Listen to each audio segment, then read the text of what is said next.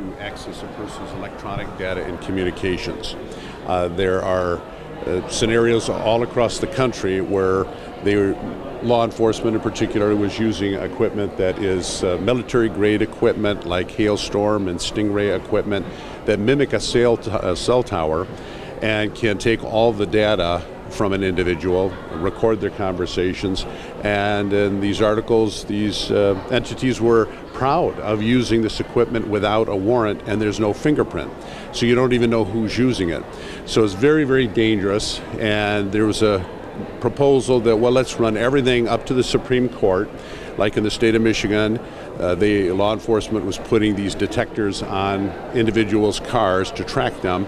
That went up to the Supreme Court, and they said you can't do that.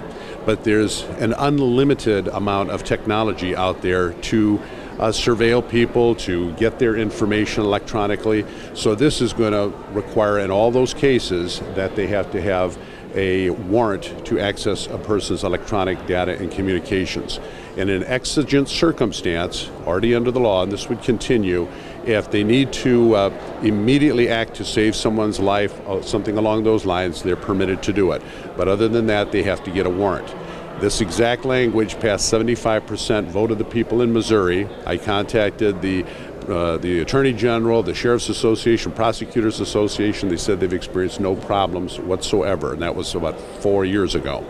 So this is something that I believe will be much more popular than 75% vote of the people. I'll bet it'd be up in the 80 to 90% vote of the people. The people in the state of Michigan knows these abuses are going to go on, and that this will put an end to that across the board. So is this something that's a gray area, that there's a question, or is this solid that we know that law enforcement can already do this? There's gray areas all over there. There was readers of cell phones that literally law enforcement would ask for the person's cell phone, and unbeknownst to the individual, it would pull all of the data off of their cell phone without a warrant. In the state of Michigan, like I said, they were putting these tracking devices on individuals without their knowledge, with no warrant, and that went to the Supreme Court, and they said you can't do that. But if you're going to adjudicate every single type of technology going forward, every one of these cases, okay, it's a tracker, it's you'd tie up the courts forever, and people's Fourth Amendment rights will be violated on an ongoing basis.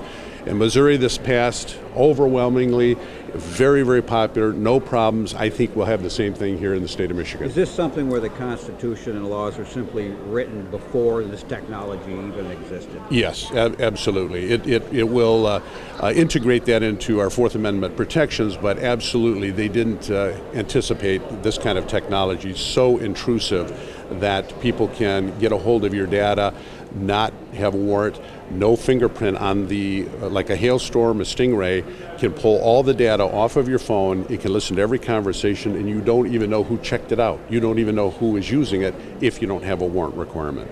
Do you have do you know how much support you have for this in your caucus and in the membership overall? Well, last term we had unanimous out of the House, unanimous in the Senate committee. It was not given a vote. I have almost all, I think there may be 3 or 4 senators I didn't get to. There's overwhelming. I think if I had enough time, I would have got 100% of the senators here to sign on. What bill was that? Pardon? What bill was that? It's it was Resolution N in the House. Okay. So why the consideration for a constitutional amendment versus statute? Is that just the way it needs to be done, or is it something that you think is a stronger protection? I think it's a stronger protection that will not be undone. I heard we thought about doing it as a bill, but I was told in so many regards this is a better way to approach it. I think there will be overwhelming support in the legislature, overwhelming support among the populace. We just need to get it through the process. It was not given the vote it should have had last session, or it would have been on the ballot. Was that stopped last year by the law enforcement side of the those representing the law enforcement community? I was told by the majority leader last term it's dead, and that was as much as I was given. Do you anticipate that might be a different reaction this term? I think so.